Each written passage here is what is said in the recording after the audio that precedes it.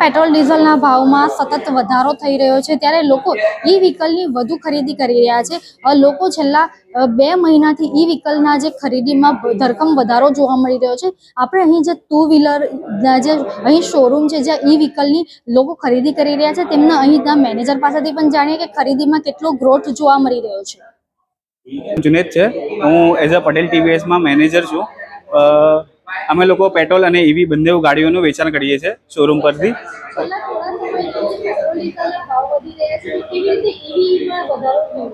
EV ना पहले जे अमारे त्यां शोरूम पर इंक्वायरी आती एना अंदर पेट्रोल की इंक्वायरी 80% आती और ईवी की इंक्वायरी खाली 20% आती थी। જ્યારે અત્યારે છેલ્લા 2 મહિનાથી જ્યારથી પણ પેટ્રોલનો ભાવ વધી રહ્યો છે ત્યારથી અત્યારે ઈવીની ઇન્ક્વાયરી થઈ ગઈ છે 90% અને ખાલી પેટ્રોલની ઇન્ક્વાયરી આવે છે 10%। અને એની સાથે વેચાણ પણ અમારું ઘણું વધી રહ્યું છે। પહેલે અમે લોકો દર મહિને ગાડી વેચતા 150 ગાડી ઇલેક્ટ્રિકમાં, અત્યારે અમે લોકો 300 થી 400 ગાડી ઈવી વેચીએ છીએ, બરાબર। અને આમાં સૌથી મોટો બેનિફિટ કસ્ટમરને અત્યારે એ થઈ રહ્યો છે ઇલેક્ટ્રિકના અંદર કે એમાં ગવર્મેન્ટની એક 5000 રૂપિયાની ગવર્મેન્ટની સબસિડી આવે છે।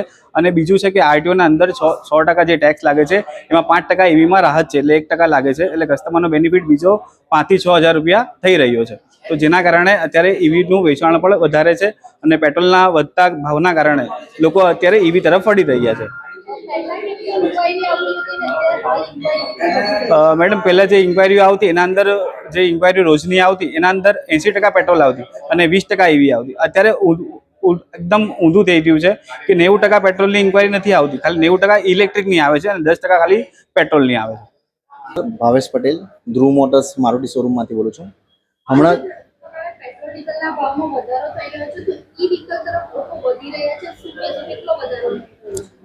जनरली एवुं होय छे के जे पेट्रोल डीजलना भाव वध्या ए पहेला जे अमारी पासे इंक्वायरी हती अने जे प्रमाणे पेट्रोल डीजलना भाव वध्या छे त्यार पछी अमारी इंक्वायरीमां 10 થી 15 गणो वधारो थई गयो छे।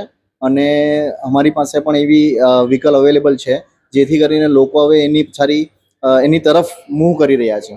जे पेट्रोल डीजलनुं कॉस्टिंग बचे छे वधे छे एना कॉस्टिंगमां ज ए लोको ई व्हीकल जे छे ए कन्ज्यूम करी शके छे।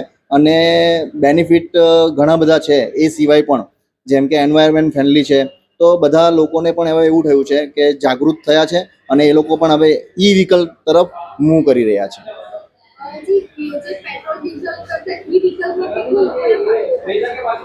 એમ જોવા જાય તો પેટ્રોલ ડીઝલમાં કોસ્ટિંગ જે આવે છે અને જે ઈ વ્હીકલ કેમ કે એમના ચાર્જિંગ જે પોઈન્ટ્સ છે એ સસ્તા પડે છે અને એને કારણે કોસ્ટિંગ અગર પર કિલોમીટર જોવા જઈએ તો દરેક કિલોમીટરે એમને 3 થી 4 રૂપિયાનો ફાયદો થાય છે અને જેથી કરીને એમણે ઈ વ્હીકલ તરફ જવાનું ખાસ આકર્ષણનું માધ્યમ બન્યું છે।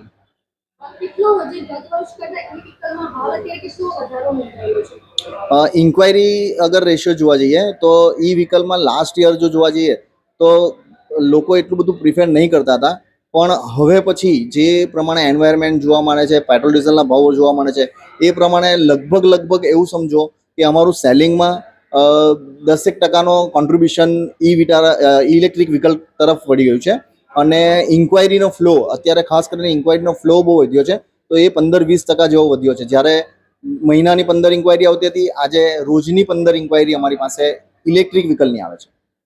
પ્રકારે આપણે ઈવી ટુ વ્હીલર અને ફોર વ્હીલરના શોરૂમના જે ઓનરો છે તેઓ સાથે વાત કરી તેઓએ જણાવ્યું છે તે મુજબ ગત વર્ષ કરતાં છેલ્લા 3-4 મહિનામાં ઈવીમાં સૌથી વધારે જે બુકિંગમાં વધારો જોવા મળી રહ્યો છે। લોકો પહેલાં જે પેટ્રોલ ડીઝલની ગાડીઓની ઇન્ક્વાયરી આવતી હતી તેની સામે હવે ઈવીની ગાડીઓ માટે પણ જે છે તે વધારો જોવા મળી રહ્યો છે, ઇન્ક્વાયરી સૌથી વધુ જોવા મળે છે।